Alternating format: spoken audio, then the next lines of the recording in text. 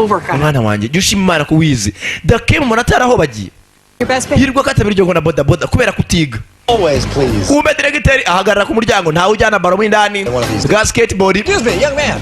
Ye nyanga na musore kumbe niwe mushya ku ishuri ni ukumuryoza. What did you just say to me? Umbwiye ngo ki ntago nkuzi uyimagari kumagarika nkane kumbe ni diregiteri. Titled you to swagger in here with no clothes on. Hano dufite amabwiriza agera muri 70 tugenderaho ngo ki Those are rule violations. Every single thing you have on. itegeko rya mbere nakurenga kwa yandi mabwiriza uyarengaho urabihanirwa. What's rule number 22? None mfite ikibazo kwa ndi hano. Read our code of conduct. All right, if I don't tell you, I won't get in trouble. Numva aragona gwe ko ndi bujye mu byago. Abona akandi kandi nyuma. Ta diregiteri uburyo kanga abana bose barayiborotse n'imivugire ye. Conduct, young man. Dora amabwiriza hakuno baramumize. Rule number 22 is itegeko 22 the dress. ujurira ku gihe Printed shirts. no ubwana bwaramborotse nibi ahora akora. Your shirt here. Your headphones are dragging it open. Nobody needs to see where you're. Nta muntu ukeneye kubona umeze gutyo turashaka kuzakurya yambara amakositimu n'amakaruvati. Ndabyumva. Got it. Ngaho amasomo meza.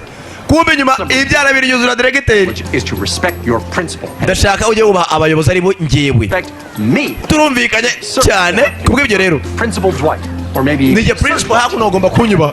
Kumbe katagiye gusa kuri mana nanseka. Keen sense of humor. Not everybody does. Good man. Sawa umugabo mwiza. We tubonane. School. Which is. Jamindani. Kariki wagiye uburyo abohereza mindani atunze y'urutoki. Kumbe hakuno mu kigo. Bafite amabwiriza arenga 70 kandi mugomba kubahiriza yose. Ku murongo. Abo mu mbere muca hakuno abo mu kabiri hakurya.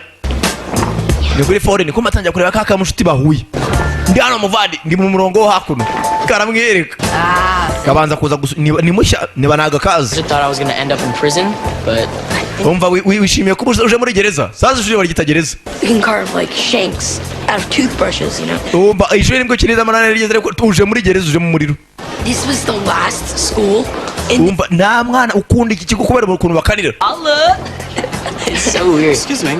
We munyangane. Wakabere muri aya masaha gereza atangiye kwibona. Were you carved by Michelangelo? Iyo uvuye mu modoka yiwanya handi ugomba kujyana muri class. Ntabwo agaruvuga gusa.